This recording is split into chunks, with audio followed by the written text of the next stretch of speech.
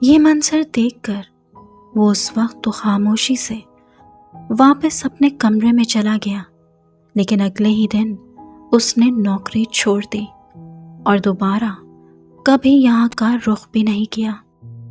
لیکن جاتے جاتے یہ واقعہ اس نے بتا دیا۔ نانا ابو کے پاس ایک السیشن کتا تھا جس کا نام باکسر تھا۔ وہ رات میں اس کتے کو صحن کی طرف باندھا کرتے تھے اور وہ وہیں سوتا بھی تھا۔ وہ کتا رات میں اکثر باغ کے ایک مخصوص کونے کی طرف دیکھ کر بھونکنا اور رونا شروع کر دیتا تھا جہاں جھولا بھی لگا ہوا تھا، اور باغ کے اس حصے میں کافی اندھیرا رہتا تھا۔ ایک شام مغرب کے بعد نانا ابو نے دیکھا کہ باکسر پیچھے کی طرف دیکھ کر پوری طرح بھونک رہا ہے۔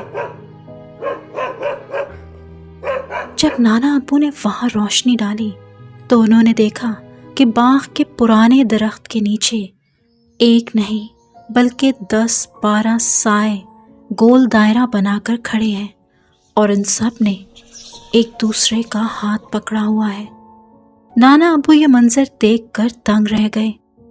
انہوں نے فوراً اندر آ کر دروازہ بند کیا، اور اس دن کے بعد سے انہوں نے باکسر کو گھر کے سامنے والے لان میں شفٹ کر دیا، اور اس کے بعد سے اس نے راتوں کو رونا اور بھونکنا بند کر دیا۔ اسی لیے نانا ابو مغرب کے بعد وہاں جانے سے سختی سے روکتے تھے۔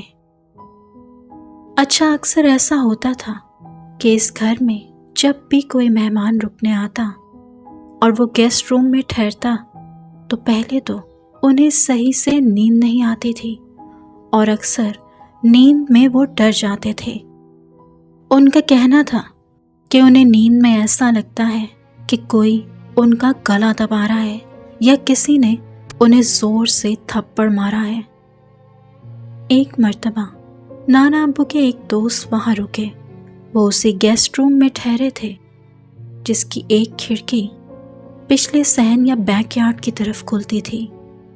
رات کو اچانک گھر والوں نے ان کی چیخ سنی۔ سب گھبرا کر بھاگتے ہوئے ان کے روم تک گئے تو دیکھا وہ اپنے بیڈ پر بیٹھے ہیں اور ان کی آنکھیں وحشت سے پھٹی ہوئی ہیں۔ نانا ابو نے ان سے پوچھا کہ کیا ہوا، تو انہوں نے بتایا کہ کسی نے نیند میں ان کے گال پر زور سے تھپڑ مارا تھا، اور ان کے گال پر انگلیوں کے نشان واضح نظر آ رہے تھے، جیسے کسی نے بہت زور سے تھپڑ مارا ہو۔ وہ کہنے لگے کہ انہوں نے ایک لمبے قد کے آدمی کو دیکھا جس کا کوئی چہرہ نہیں تھا، اور اس نے انگریزوں والا پرانا لانگ کوٹ پہنا ہوا تھا۔ اب اس کا کوئی چہرہ نہیں تھا، لیکن جب وہ ان کی طرف دیکھ رہا تھا تو انہیں محسوس ہو رہا تھا کہ وہ سخت غصے میں ہے۔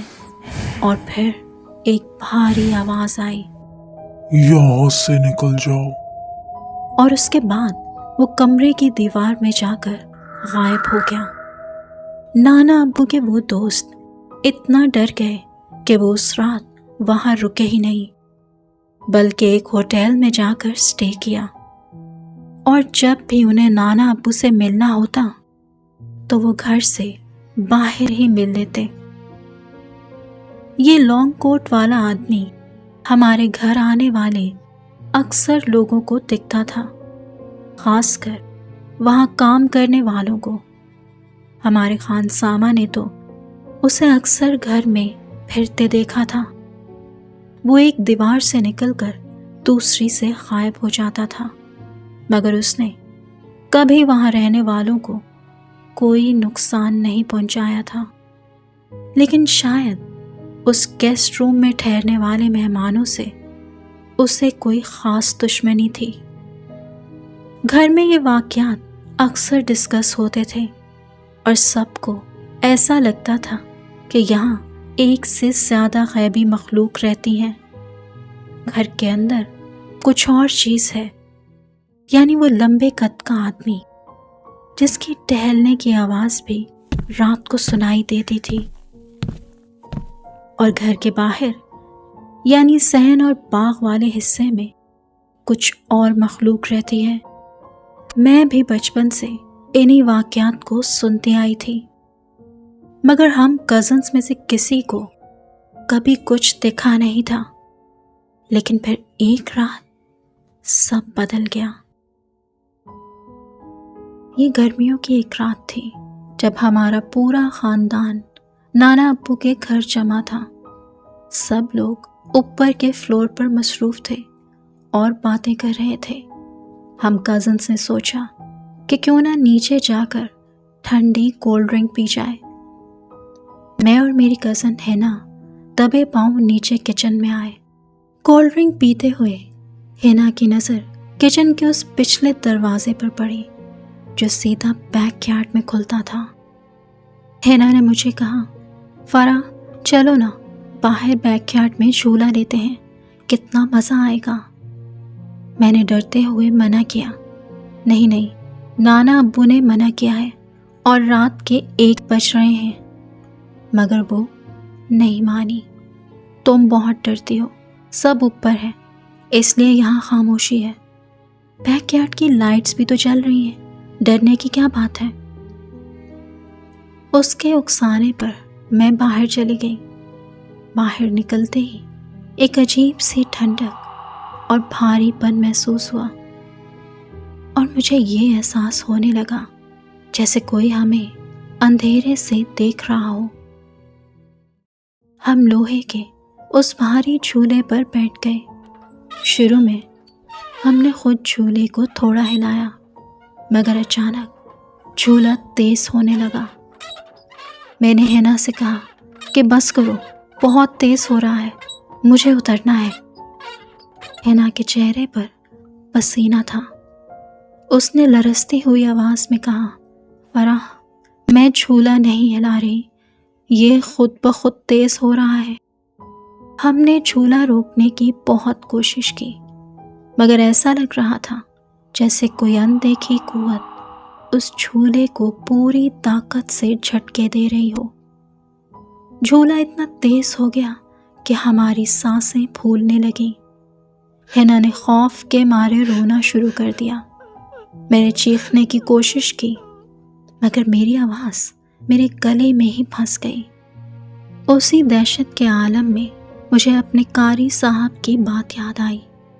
انہوں نے کہا تھا کہ جب بھی کسی ایسی مخلوق کا ڈر محسوس ہو تو اذان دو۔ میں نے آنکھیں بند کیں اور پوری قوت سے اللہ کا نام لے کر اذان دینا شروع کی۔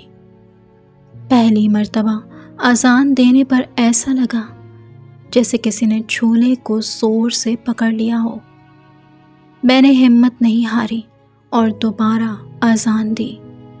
جیسے ہی اذان پوری ہوئی، جھولا اچانک رک گیا اور نیچے زمین سے لگ گیا۔ ہم نے ایک پل بھی ضائع نہیں کیا اور سیدھا گھر کی طرف بھاگے۔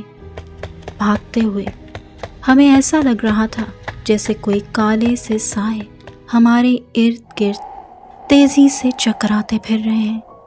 ہم دونوں کی جان اٹکی ہوئی تھی۔ ہمیں ایسا ہی لگ رہا تھا جیسے یہ کسی ہارر فلم کا سین چل رہا ہے۔ ہم پوری جان لگا کر دوڑے اور کچن کے دروازے سے گھر کے اندر داخل ہو گئے اور دروازہ اندر سے لاک کر دیا۔ اگلی صبح ہم دونوں کو بہت تیز بخار تھا۔ گھر والوں نے جب پوچھا تو ہم نے ڈر کے مارے کچھ نہیں بتایا۔ سب نے یہی سمجھا کہ رات کو ٹھنڈی کولڈ ڈرنک پینے کی وجہ سے بچوں کی طبیعت خراب ہو گئی ہے، مگر بعد میں ہم نے ڈرتے ڈرتے یہ بات گھر والوں کو بتا دی۔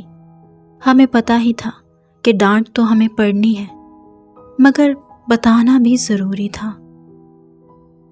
میں اور ہینا آج بھی اس واقعے کو یاد کرتے ہیں تو ہمارے رونگٹے کھڑے ہو جاتے ہیں۔ اس رات ہم نے اس باغ کی پرسرار مخلوق کو ڈسٹرب کیا تھا، لیکن شاید انہوں نے ہمیں ایک وارننگ دے کر چھوڑ دیا تھا، اور ہمیں اندازہ ہوا کہ نانا ابو کا وہ سختی سے منع کرنا کوئی معمولی بات نہیں تھی۔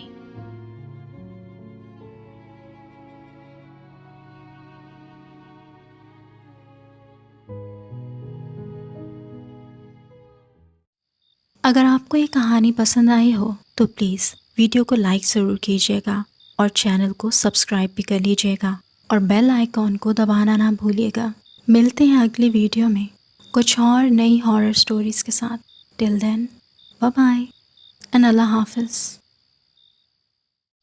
اگر آپ کے پاس بھی کوئی ریئل اسکیری سٹوری ہے یا پھر کوئی گھوسٹ کاٹ آن کیمرہ فوٹیج تو مجھے بھیجیے، میں اس کو اپنی ویڈیو میں انکلوڈ کروں گی۔ آپ اپنی ویڈیوز اور سٹوریز کو میرے ای میل پر بھیج سکتے ہیں۔ ٹل دین بائے بائے۔